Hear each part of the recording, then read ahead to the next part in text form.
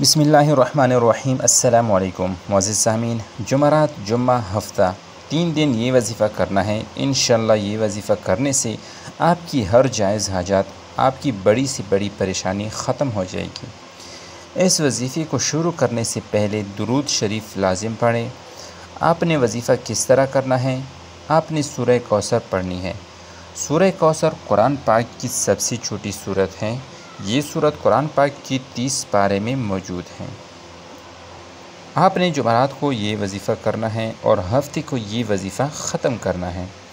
3 दिन आपने ये वज़ीफ़ा करना है। जुमरात के दिन आपने नमाज़ फ़जर के बाद अव्वल आखिर दुरूद शरीफ पढ़ लें।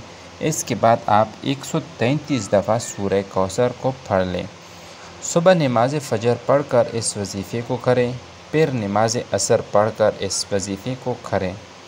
अव्वल आखिर दुरूद शरीफ पढ़ लें, फिर दरमियान में 133 दफ़ा सूरह कौसर पढ़ लें। और इसी तरह ही आपने नमाज इशा के बाद इसी तरह रूटीन से आप ये वज़ीफ़ा करेंगे। इसी तरह तीनों दिन आपने ये वज़ीफ़ा करना है। आपकी कोई भी जायज़ हाजत हैं, कोई भी जायज़ मकसद हैं, उसको जहन में रख के आपने ये वज़ीफ़ा करना है। वज़ीफ़ा करते वक्त पूरा ध्यान आपका वज़ीफ़े पर हो, शक नहीं करना। पूरा ध्यान वज़ीफ़े पर रख के आपने ये वज़ीफ़ा करना है। इंशाअल्लाह इस वज़ीफ़े को करने के बाद आपकी अल्लाह से मांगी हर जायज़ दुआ कबूल होगी। जज़ाकल्लाहु खैरन कसीरा।